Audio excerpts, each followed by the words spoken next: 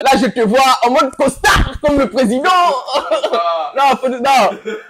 Ça là, les gens, je vous le dis, hein, quand vous voyez des gens en costard compliqués comme ça, c'est des Congolais. Cherchez pas. Tu es sur l'Arbre à Palabre.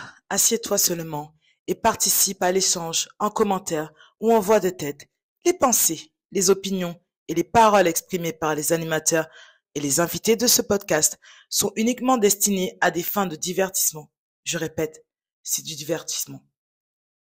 Bienvenue sous l'arbre à palabres. Assieds-toi, on t'a dit. J'espère que vous allez bien. Bon, aujourd'hui, je suis avec l'homme qu'on appelle Jupiter Hendrix. Mais c'est qui Jupiter Hendrix? Mon frérot, merci infiniment pour l'invitation, merci pour l'opportunité. Jupiter Hendrix, à l'état civil, c'est Franck Azul pour les intimes. C'est un artiste indépendant, c'est un entrepreneur avant tout, parce que pour moi, tous les rappeurs indépendants, en tout cas pour parler que pour l'art qu'on pratique, sont des entrepreneurs. Voilà, on est au four et au moulin, donc entrepreneur, passionné de musique, et puis artiste indépendant, c'est l'une des cordes que j'ai à mon arc. Yeah, voilà. Super. T'entreprends tu as beaucoup de business. En plus, là, je te vois en mode costard, comme le président. Non. Ça, là, les gens, je vous le dis, hein, quand vous voyez des gens en costard compliqués comme ça, c'est des Congolais. Cherchez pas. Exactement. C'est ça, tu es Congolais. Ah oui, Congolais de Brazzaville. Je suis Congolais de sang ivoirien d'adoption parce que j'ai vécu 10 ans en Côte d'Ivoire. D'accord, Congo-Côte d'Ivoire. Voilà, j'ai la culture ivoirienne, mais je suis Congo-Brazza, donc je suis les deux mix qu'il ne faut pas faire. Voilà, d'accord. Ça. Et pour l'entrepreneuriat, non, en fait, j'ai toujours entrepris. Moi, j'ai 35 ans aujourd'hui. J'ai lancé ma première boîte, j'avais 19 ans. D'accord, ah oui. 19 ans dans l'événementiel. J'ai été dans l'événementiel, dans le textile aussi. Ouais. En parallèle, j'ai toujours eu un day job, comme on dit chez les caries. D'accord. Mais l'entrepreneuriat, c'est quelque chose que j'ai dans le sang. Et puis voilà, et quand j'ai jugé bon de me lancer dans la musique, parce que juste pour te dire, la musique, c'est quelque chose que j'ai toujours baigné dedans, en fait. D'accord. À la base, mon grand frère, comment j'ai découvert moi la musique, comment je suis rentré dedans, c'est que mon grand frère était parolier. D'accord, ok. Pour un groupe qui s'appelle les MAM en Côte d'Ivoire, le petit boss player, je sais pas si ça te parle. D'accord. Donc en gros, à l'époque, moi j'étais petit, j'ai toujours baigné dedans. Mon grand frère, il écrivait pour eux. Pour la petite anecdote, moi par exemple, il y a des tubes en Côte d'Ivoire quand on était à Abidjan.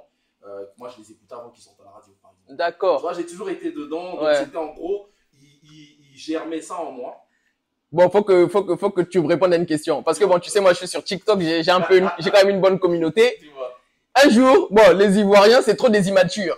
Un jour, il y a un Ivoirien, il voit que je suis Congolais, il vient, il me dit, oh, toi, Congolais, nous, les Ivoiriens, on danse mieux que vous. Donc, moi, je lui ai dit, mais les Ivoiriens, vous dansez pas, vous sautillez.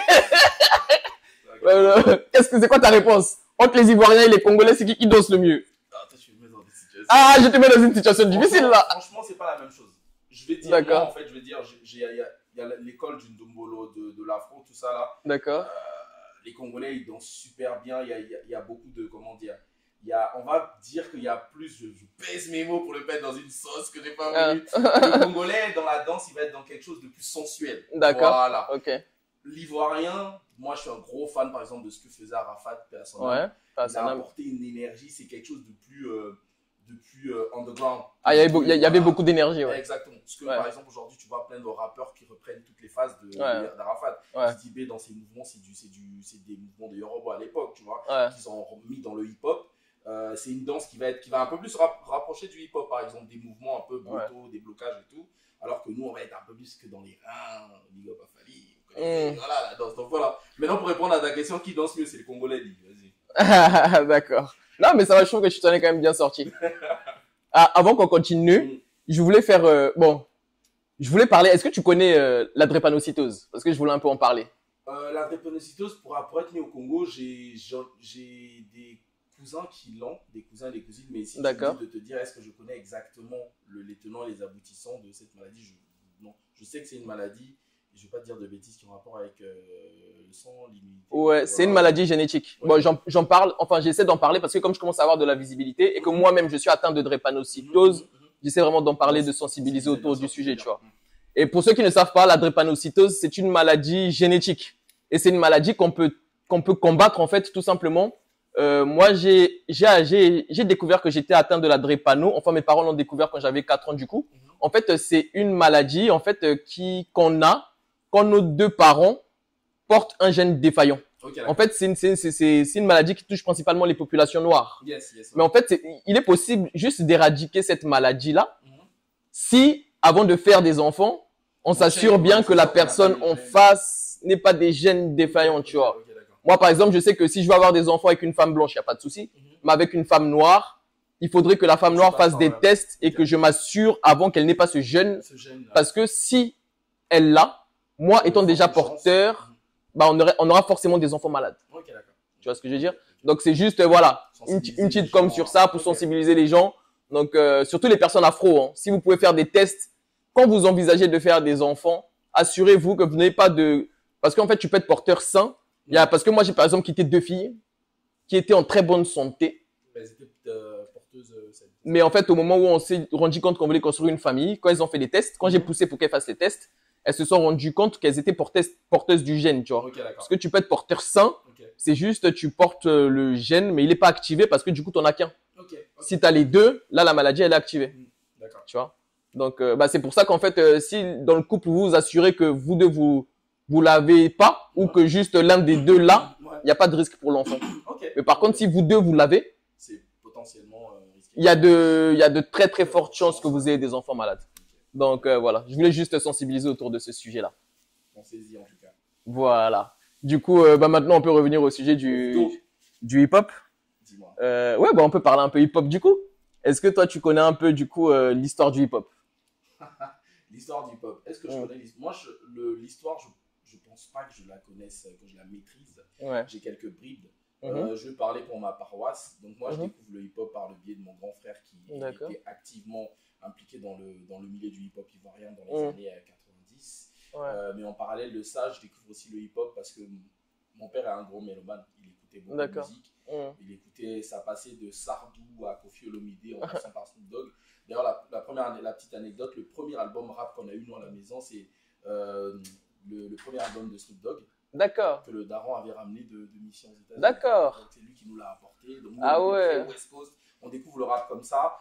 Après, de fil en aiguille, on commence à. Mon grand frère est pratique, donc j'écoute beaucoup. Ouais. Et par la suite, je découvre le rap français par le bien d'un ami avec qui j'étais en cours qui s'appelle Wilfried. D'accord. Wilfried Mann, qui lui écoutait beaucoup de rap français. Je découvre la première fois que j'écoute du rap français, c'est Mauvais Oeil. D'accord, ok. Voilà. Donc après, oui, je me suis documenté pêle-mêle. Mais l'histoire du hip-hop, même en soi, je sais que ça vient des États-Unis. Donc à la base, c'était un courant qui était là pour revendiquer, on va dire. De base, ouais. Ouais, de base. Après, ça c'est parti un peu sur différents prismes. C'est ça. Mais du coup, pour faire un petit rappel pour les personnes qui ne connaissent pas, en vrai, de vrai, le hip-hop, ça vient carrément des chants traditionnels africains. En fait, si tu veux, ce qui s'est passé, c'est que pendant l'esclavage, tout commence dans les bateaux d'esclaves, tu vois, où là, du coup, les esclaves, pour se donner du courage, ils chantent les chants traditionnels africains, tu vois. Et quand ils arrivent aux États-Unis, qui travaillent dans les champs, en fait, ces chants évoluent et ça se transforme en négro spirituals. D'accord. Tu vois. Et en fait, après, à cette époque-là, dans les campagnes américaines, c'est beaucoup de blues. Oui. Donc, du coup, il y a une rencontre entre les spirituels et le blues. Et là, ça fait un cocktail, tu vois. Et après, ça évolue. Ça évolue vers tout ce qui est jazz, tout ce qui est charleston, tout ce qui est foxtrot, tout ce qui est bebop, tu vois. Même les prémices du rock'n'roll. C'est très peu ouais, c'est ça. Après, genre, on arrive au gospel. Gospel, qui dit gospel dit derrière R&B, soul. On a le rock'n'roll, on a la funk, on a la disco, on a le P-funk. Et en fait, c'est vraiment genre dans les années 50, 60 comme ça, que vu qu'on est en plein dans les années disco, funk, les DJ new-yorkais, avec l'arrivée de la technologie, tu sais, ils commencent à refaire des samples en fait, tu vois. Avec les sons qui passent en boîte et tout ça. Et donc, c'est vraiment de là que part le hip-hop, tu vois, avec tout ce qui était les Africa, Bombata, tout ça et tout, tu vois. Et là, après, derrière, ce que tu disais, c'est que c'était dans le but de la lutte parce que les conditions de vie de Noirs n'étaient pas faciles à l'époque. Et donc, il y a des groupes légendaires, genre que ce soit NW et autres, qui ont vraiment du coup utilisé le hip-hop pour faire évoluer les combats sociaux des Noirs aux États-Unis, tu vois. Et du coup, au fur et à mesure, ça a pris de l'ampleur et on arrive au gangsta rap et tout ça. Et après le hip-hop, il arrive en France. Et après, bah, les précurseurs du hip-hop, bah, il y a tout ce qui était les NTM, les Lunatic et tout ça. Les Booba, les Solar et tout, le secteur A et tout. Bien sûr. Et voilà. Et donc, du coup, bah, de fil en aiguille, on arrive au hip-hop d'aujourd'hui. Et donc, du coup, je t'attrape avec cette question. Selon toi, Yes. parce qu'il y a beaucoup de gens qui disent le hip-hop c'était mieux avant. Mais donc, pour toi, est-ce que le hip-hop il était mieux avant ou pas? C'est quoi la réponse à ce débat? Franchement, déjà très bonne question. Est-ce que le hip-hop était mieux avant? Non, je dirais pas ça. D'accord. Moi, j'ai une lecture qui a un peu plus de recul. La musique, elle évolue. Ouais. À l'époque, on a écouté la musique avec le Walkman. Ouais. Après, on écoutait avec les MP3. Aujourd'hui, on est sur le streaming. Si aujourd'hui, toi, tu te lèves, tu dis non, moi, je vais écouter mon Walkman, les gens, ils vont te regarder un peu bizarrement. T'as débloqué des souvenirs. Voilà, la musique, elle a toujours évolué. Maintenant, pour revenir au hip-hop en soi, non, moi, je dis pas que le hip-hop, il était mieux avant, qu'il est mieux maintenant. Chacun trouve midi à sa porte. Moi, je trouve que le hip-hop, il se porte super bien.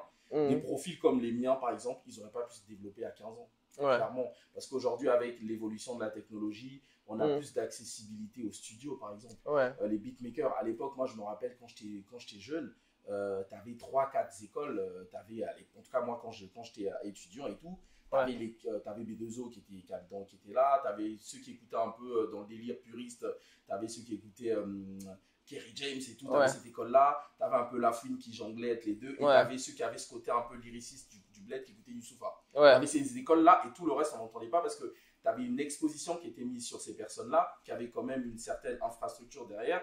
Pour aller au studio, c'était pas comme aujourd'hui. Non. Il fallait avoir les moyens pour avoir une instru. Je me rappelle à l'époque, j'avais lu un article où tu avais des instrus qui coûtaient 200 000, 300 000 dollars aux États-Unis. Ah ouais. Donc aujourd'hui, une instru, c'est 40 dollars sur BeatStars. Ouais. Tu vois? Donc rien qu'au niveau de la façon, de l'accessibilité à la musique, pour moi, le rap, c'était pas mieux avant. Parce que avant, j'aurais pas pu être devant toi. Avant, on n'aurait pas pu faire ce podcast. Tu me rejoins dessus, tu vois. Ouais, carrément. Donc, déjà, au niveau de l'accessibilité, la façon même de créer, aujourd'hui, avec des plateformes comme BeatStars, tu as accès à des beatmakers de toute la planète. La technologie. La musique, elle évolue de fou à ce niveau-là. Et puis, je trouve qu'aujourd'hui, on a pour tout le monde. Ouais, c'est ça. Aujourd'hui, on dirait que c'est plus inclusif, tu vois. Aujourd'hui, il y a plus de niches, donc chacun peut créer sa niche. Tu n'es pas obligé de forcément écouter Shout Out à Skyrock. C'est comme ça qu'on Laurent et le pauvre qu'elle nous sert, tu vois. On mis à leur place. Les réseaux sociaux aussi. Donc, je trouve que non, on va dire que le rap n'était pas mieux avant. Il n'est pas forcément mieux à 100% aujourd'hui non plus. Je trouve qu'il est plus varié aujourd'hui. Et il y a plus d'opportunités aujourd'hui. Après, chacun trouve midi à sa porte. Mais moi, je trouve que c'est mieux maintenant parce que si j'aurais été dans une époque il y a 10 ans, je pense pas que j'aurais pu exposer mon art comme tu le fais aujourd'hui si bien. C'est que mon avis. Ouais. Non, cool. Bah, dans les commentaires, dites-nous vous ce que vous en pensez. Le rap, c'était mieux avant ou pas? Et donc, du coup, ça m'a amené une question. Deux questions même. Deux en une. Du coup, c'est quoi ta première vraie claque musicale dans les hip-hop? Et dernièrement, récemment, c'est laquelle la dernière claque que t'as pris en mode, tu t'es dit en mode ouais, non, chaud bâtard. La première vraie claque musicale que j'ai eue dans le hip-hop, c'est Kanye West. Kanye, ok.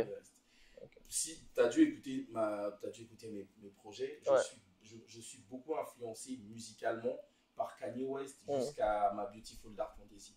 Pour moi, cet album-là, c'est la quintessence même de l'album hip-hop, tu vois. D'ailleurs, c'est l'un des seuls albums qui est noté 10 sur 10 par le Rolling Stone.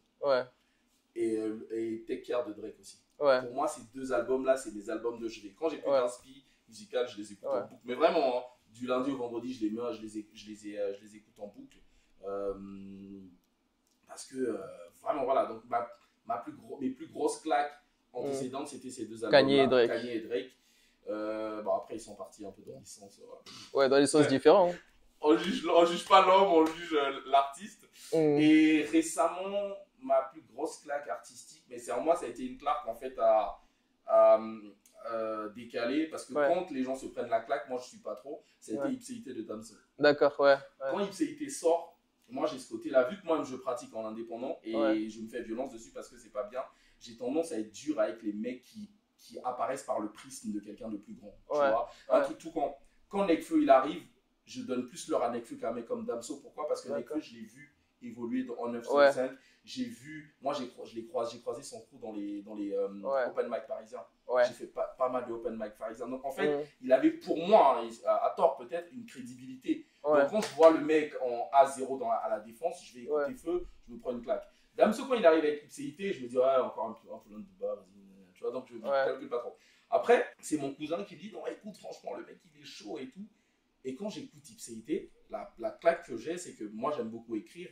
Et la facilité qu'il avait à lier, parce que pour moi, les gens le disent peut-être pas, mais pour moi, ce mec, c'est un putain de lyriciste. Ouais, non, il écrit. Le gars a une technicité d'écriture qui est impressionnante. Et sur Ipséité, il a un niveau d'écriture. Et ce qui m'a impressionné, c'est sa capacité à lier le flow, la mélodie et l'écriture. Ce qui est très dur pour quand tu sais ce que c'est d'écrire. Et par exemple, on a tous eu ce problème à l'époque. À l'époque, les lyricistes, quand on reprochait aux lyricistes, c'est qu'ils n'étaient pas assez mélodieux. Tu vois, Youssoupha, qui est un de mes rappeurs préférés, très très grand big up, non, il écrivait bien lui. Hein. Il écrivait bien, mais il n'avait pas, tu vois, cette versatilité. Lino, qui est un tueur à gages, souvent on disait, ouais, Lino, il est fort. Mais il était trop dans le rap. Et Damso, en fait, il est arrivé, il a donné un coup de pied à la fourmilière, en fait. Il a emmené cette plume-là, avec ce côté un peu flow, ce côté un peu layback. Je dis, ouais, le gars est chaud. Donc je dirais Kanye West, Drake pour Take Care, et My Beautiful Dark Fantasy, et Damso pour Ipséité. D'accord, c'est plutôt... Moi-même aussi tous les jours. C'est plutôt clair. Mais du coup, toi aussi, t'écris bien. Hein. Merci beaucoup. Mais moi, en fait, juste pour dire, hein, c'est déjà, mon grand frère écrivait. Donc, en fait, si tu veux, je l'ai toujours fait sans le savoir. Mon grand frère était parolier pour d'autres artistes. Donc, quand il écrivait, j'étais à côté de lui. Il m'a appris à écrire. Et après, pendant des années, parce que moi, ce qu'il faut savoir, c'est que moi, j'ai commencé à rapper assez tard. Mon premier projet, vrai projet, je le sors en 2017. Avant ça, j'ai sorti quelques mixtapes. Mais quand je me mets à vraiment rapper, je commence assez tard à rapper. Pendant tout ce temps-là, j'écrivais. J'étais à la fac, j'écrivais. Pourquoi? Parce que si tu veux, pour te le faire en résumé, quand j'arrive en France à la base, c'est pas pour faire du rap, c'est pour mes études. Pour faire des études. Je viens d'une famille assez conservatrice africaine. Mon père était diplomate, ma daronne était là, donc on arrive. Les études, c'est important. Ma mère, elle a une punchline, je préfère que tu chômes avec tes diplômes que sans tes diplômes. Donc le deal était clair avec mes darons. C'était, tu fais tes études, tu as ta liberté financière, après tu fais ce que tu veux. Donc moi, en fait, pendant tout ce temps-là, bah, j'écrivais en fait. J'ai toujours écrit. Je me rappelle, à la fac, j'étais au fond de la rue, j'écrivais mes textes. Donc c'est quelque chose que j'ai énormément pratiqué en fait. Avant d'arriver à ça, mais même mes tout premiers sons, ils étaient tout pétés. Hein. Comme tout le monde. Généralement, les débuts, après c'est... C'était laborieux, tu vois. Comme on dit, c'est en forgeant qu'on devient forgeron. Exactement. Donc voilà, c'est mes claques artistiques récentes et un peu. Mais du coup, qu'est-ce qui fait que toi, tu as eu ce déclic-là, ou tu as eu aussi envie toi aussi de te lancer? Excellente question. Moi, c'est assez parti. Là, on va rentrer dans ma vie. Quand moi, comme je te dis, mon grand frère était lyriciste et j'ai eu une très très mauvaise expérience de ça parce que mon grand frère a eu une grosse embrouille avec mon daron. Il s'est fait virer de la maison parce qu'il faisait du rap. Donc moi, en fait, dans ma tête, je m'étais dit, mais en fait, la musique, jamais tu fais ça parce que sinon, tu te mets le daron à dos, tu vois. Daron congolais dans sa quintessence, tu connais, pas chez moi, tu vois. Du coup, en fait, moi j'avais envie de rapper. Mais j'avais toujours cette idée en tête, mais si tu le fais, ça va être avec le daron. Tu es dans la merde, tu vois. Donc ça t'a freiné un peu. Voilà, j'arrive en France pour mes études sur la même période. Moi, j'ai vécu en Tunisie aussi. J'ai vécu quelques temps en Tunisie, en Côte d'Ivoire. Et sur la même période, mon daron se sépare de ma daronne, tu vois. D'accord. Des histoires de parents et tout. Et moi, je fais l'erreur, mais pour le coup, avec du recul, ça a été libérateur. C'est qu'à cette période-là, je prends parti pour ma daronne. Daron congolais. Tu fais ça. Donc, quand je fais ça, qu'est-ce que t'as trahi. Moi, en fait, si tu veux, à la base, quand j'arrive en France, je viens pour mes études, je suis en école de commerce et j'ai eu la chance pour ça, big up au daron. J'ai manqué de rien, tu vois. C'est pour ça que dans ma musique, je veux pas te parler de street parce que je connais pas la street. J'ai vécu la guerre au pays. Je sais que c'est pas drôle. La seule fois où j'ai tenu une arme, c'est parce que mon PPP à son âme était gendarme à Brazza. Et quand il y a eu la guerre civile, il a pris l'arme pour défendre sa famille. Donc c'est là que moi j'ai touché le PMACA de mon Gilbert Célestin, paix à son âme. Sinon, moi, voilà, jamais truc. Je viens d'un milieu, le daron il était diplomate, donc voilà, j'ai même été, si tu veux, dans la jeunesse dorée, il faut le dire. Maintenant, ce qui fait que je suis quelqu'un d'assez entier, d'assez à l'aise dans toutes les configurations, c'est que autant j'ai connu la jeunesse dorée, autant j'ai connu le revers de la médaille quand le daron m'a coupé les vues. Du jour au lendemain, j'étais en école de commerce, on m'a sorti des cours. Parce que le daron, en fait, il voulait faire pression. Il a dit, ah ouais, toi t'as pris parti pour la daronne. Je paye plus ton école, je paye plus rien. Donc du jour au lendemain, j'atterris dans la vraie vie. J'ai été porter des cartons dans la zone industrielle. J'ai connu tout ça. Et tout ça, en fait, si tu veux, ce passage de t'as tout à t'as rien, ça te forge. Et lui, en fait, son but, c'était de faire pression pour moi pour que je craque. Mais en pour même que temps, tu les chiens fasses, font pas des chats, je me suis fait d'une partie de lui, c'est un gars qui ouais. est têtu. Ouais. Donc, ce qui se passe, c'est qu'en fait, il était en train de me former. Ouais. Donc, pendant ce temps où moi, je portais les cartons dans la zone industrielle et que L'école de j'avais la plus vie. ma carte gold et mes virements, j'ai dit, ah, la vie, c'est donc comme ça. Mm. Mais ça me formait, en fait. Et de fil en aiguille, bah, j'ai appris. Et c'est Ouais. à ce moment-là, en fait, que je me suis libéré de là. Je me suis dit, bah, en fait, Ouais. mais regarde, en vrai, ok, t'es dans la merde. Mais maintenant, tu peux rapper. Ouais. Tu vois, on va. Mais T'es lui, libre, t'es libre. c'est bon, il t'a foutu dehors, gros, tu peux rapper. Donc, voilà, c'est à partir de là, donc je trouvais une formation, je fais des petits boulots à côté. Après, je me mets en alternance. Finalement, j'ai fini par avoir mon M2. Et quand j'ai mon M2, j'ai un boulot, ma première paye, je vais au studio. Ouais. Et je commence à bosser dessus. Et là, tu te mets à fond Et sur pour la petite toi. anecdote, il a appris que je faisais le rap parce qu'une fois, il y a un de mes sons qui était passé sur une télé congolaise. D'accord. Et là, ils m'ont fait, Oh, il a dû faire ah. Oh putain. Shout-out au Naro. Mais non, mais c'est la vie. Voilà. Grosso merdo. J'ai une rêve comme ça là, mais je te la raconterai hors caméra. Hors caméra. C'est arrivé au Peura, en fait. Ah ouais. Je me suis dit, voilà pourquoi ça a un peu pris du temps, mais après, j'ai. Ouais, mais ça me fait un peu penser, tu sais, ça me fait penser un peu à l'histoire de, tu sais, l'humoriste là. Edgar Rive. Ouais. Mais tu sais quoi? C'est quasiment la même histoire du coup. Je lui ai écrit et il était mort de rire parce que quand j'ai vu son histoire, Ouais. j'ai dit à ma femme, mais c'est un truc de fou. On a même presque idée. Je lui ai écrit et il a dit Coral. Notre daron nous a tous les deux foutus dehors. Il m'a foutu la pression, mais après, aujourd'hui, la petite anecdote, la dernière fois, il était là pour le mariage de ma petite soeur, il m'a regardé et ça m'a fait plaisir. Il a rigolé, il a dit, tu es toujours fier. Il me dit pas moi, mais il dit à ma mère. Il dit, ouais, je me vois en lui. Tu vois, et ça, pour moi, ça me fait plaisir. Tu vois, en gros, il a dit, il fait ce qu'il fait, mais je reconnais, ma semence en lui, je reconnais que, il a su défendre ce qu'il voulait, son idée. Ses idéaux. À un moment donné, il n'est pas revenu en mode, tu vois. Et Dieu sait que c'était chaud quand même, hein. Mais bon, c'est la formation. L'école de la vie. Exactement. D'où le fait que j'ai une musique assez variée, que je parle de, tu remarqueras dans mon album, je peux te parler de la violence faite aux femmes, des SDF, je parle de différents trucs parce que je m'enrichis de tout ce que j'ai vu, que j'ai vécu et que j'ai entendu aussi. Ouais, du coup, justement, ça se ressent beaucoup dans ton album. Et du coup, tu nous as déjà parlé, parce que je devais te parler de tes influences, mais tu nous as du coup déjà donné toutes tes influences. C'est plutôt clair. Tu vas couper l'herbe. Tu vas couper l'herbe sous le pied. Mais non, mais justement, ça veut dire que tu connais, moi qui suis un peu fan de One Piece, acquis de l'observation, genre. T'as vu dans l'avenir et t'as tout de suite su répondre. Et donc aujourd'hui, en dehors du hip-hop, est-ce que genre il y a d'autres styles musicaux que t'aimes bien? Oui, de fou. Moi, je suis un étudiant de la vie et je suis étudiant dans tout en fait, que ce soit dans la musique. Je ne me considère jamais que je suis arrivé. Là, par exemple, en arrivant, j'écoutais Afara Nsena. Ah ouais. C'est mon coup de cœur du moment. Ah ouais. L'autre fois, je l'écoutais, mon cousin, il me dit, mais toi, t'es comme avec Damso en fait. Ouais. Toi, tu prends les gifles et tout. Je dis, c'est pas grave. Chacun avance à son temps. Tu les prends toujours après. J'écoutais Afara. En fait, je trouve que la façon dont. Afro-vocalisation, c'est ça? Voilà, ces instrus qui prend les cris de chez nous, les cris guerriers et tout là, et qui met ça sur les instrus. Mais c'est du génie en fait. Et moi, je me dis, et je lui dis, en plus à mon cousin, la dernière fois que j'ai ressenti quelque chose comme ça sur la musique, c'est quand j'écoutais Kanye West. Parce que Kanye est très doux aussi pour les instrus avec les samples, tu vois. Ouais. Et Afara Nsena, c'est une dinguerie. Donc, je vais t'écouter de l'afro-vocalisation. Comme je vais t'écouter. Hier, j'écoutais de la pop. Ouais. Quand je suis au sport, je vais t'écouter des sons qui vont un peu plus pulser. Ma playlist, c'est ça. Hein, j'écoute beaucoup de paroliers. Je suis fan d'Alain Souchon. Ma femme D'accord. tous les jours à cause de ça. Mais je l'assume. Gainsbourg, Alain Souchon. Méga sûr. Mais à côté, je vais t'écouter Booba à fond. Je vais t'écouter. Je suis team Booba, je suis team Drake à fond, tu vois. Je suis un peu comme toi, mais moi, c'est plus, du coup, Brel. J'aime beaucoup Brel. Je trouve qu'il a quelque chose de particulier, genre. Et c'est ça, pour moi, la vraie musique, c'est la musique qui vieillit pas, en fait. Ouais. Un bon Brel, tu vas te l'écouter comme un bon Souchon ou un bon Gainsbourg. Ouais. Ça passe. J'écoute de tout. J'ai du mal avec le hard rock. D'accord. Moi, j'en parle parce que j'ai un pote qui en écoute. Mais d'accord. J'écoute de tout.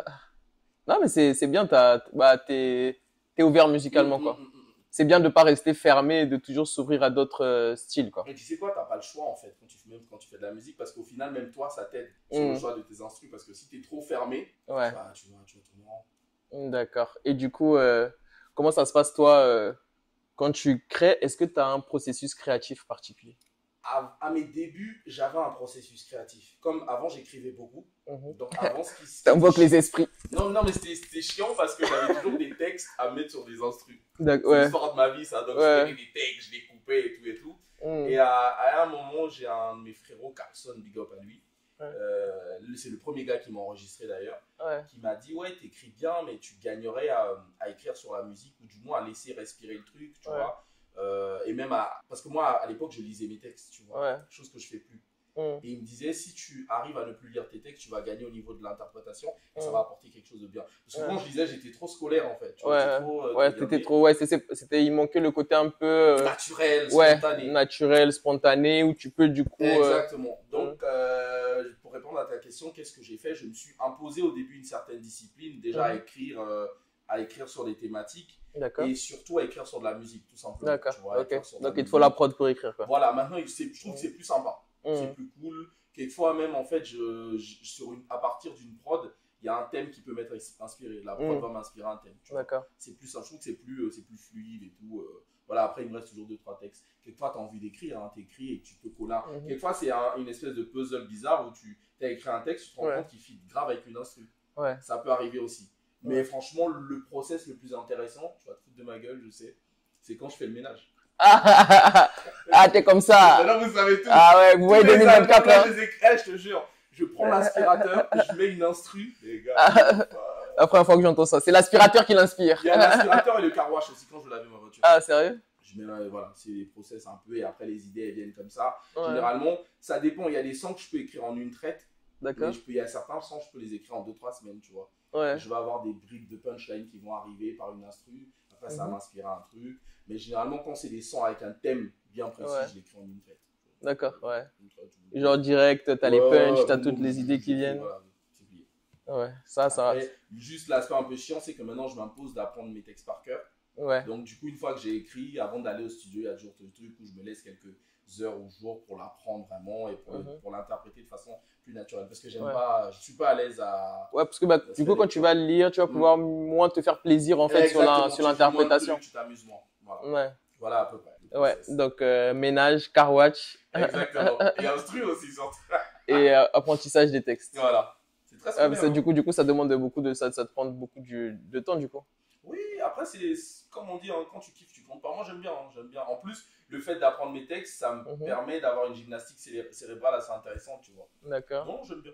Y a pas de... D'accord. Et donc, généralement, du coup, c'est l'instru qui va te donner le thème que tu vas interpréter. Quoi. Yes, c'est l'instru qui va me donner le thème. Ou, par exemple, quand je vais bosser sur un album comme Synchronicité, j'ai mon équipe. Je suis quelqu'un, je demande beaucoup de conseils aux gens, tu vois. Par exemple, quand j'ai l'impression que je tourne un peu trop en rond sur mes thématiques, en sortant de vacances, c'est ma femme qui m'inspire, tu vois. D'accord. Je lui dis, ouais, je lui demande comme ça, donne-moi une idée sur quelque chose sur lequel je vais écrire. Ça part de quoi? Elle me dit, souvent elle me reproche, elle dit, toi, t'aimes trop charbonner. Elle me taquine comme ça. Ouais. Et elle me dit, je te mets au défi d'écrire quelque chose sur les vacances. Ça part de là. Ouais. Donc, j'écris dessus. Ouais. Ma France, idem. Ma France, ça m'a été inspiré par je sais pas qui, un proche. Donc, vas-y, on écrit dessus. Ouais. C'est une espèce de brainstorming. Comme ça m'évite, moi, de tourner en rond, d'aller que sur une direction.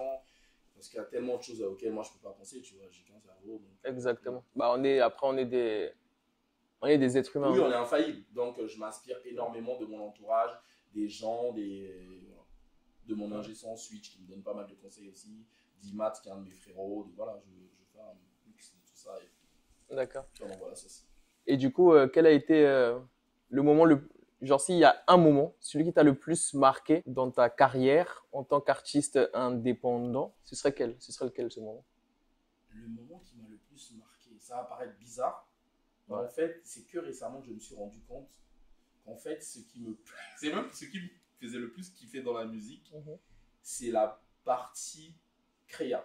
D'accord. C'est le moment où tu cherches une instru, le moment où tu écris un texte et que tu te rends compte que en fait, ça donne vie à quelqu'un. Et qu'au studio, quand tu vas le poser, tu as un ami qui va connecter à ça, tu vois. Je trouve que ça, vraiment, c'est ce qui me fait kiffer. Ouais, la partie créa. Voilà, c'est des moments comme ça qui me font kiffer. J'ai eu la chance récemment, mon album a été numéro 1 sur iTunes il y a 4 mois. Tu sais, ça, c'est un rêve d'enfant. Mais tu sais quoi? On dit bravo dans les commentaires. Mais je vais te dire un truc. J'ai pas été aussi heureux que quand, par exemple, je créais. Et c'est pour ça que je m'en suis rendu. Mais c'est vraiment bizarre. Il y a des choses comme ça dans ta vie, tu te dis, ouais, mais ça, là, quand je vais les trucs, mais tu l'as, ça fait rien. Ça fait rien. Tu sais, ça me fait penser à comme quand, ça me fait penser à comme quand, tu sais, des fois, tu te fixes des objectifs. Mais de fou. et tu te dis trop genre en mode, en fait, tu idéalises trop le moment. Exactement. Et quand tu arrives à ce moment-là, tu dis, en fait, c'est claqué, en fait. Mais de ouf. Après, je dis pas, les frérots, non, mais... sont charbonnés pour, ça fait plaisir, tu vois. Non, mais en fait, c'est l'être humain, il est trop en mode, il veut toujours plus. Je sais pas si tu vois ce que je veux dire. Parce que, limite, ma femme, mes potes, ils étaient plus contents. Ma femme, putain, bébé, à champagne, ma soeur était là, tous les jours, il m'appelait, mon cousin, il m'appelait. Il dit, t'es trop Beyoncé. Moi, je dis, ouais, c'est bien.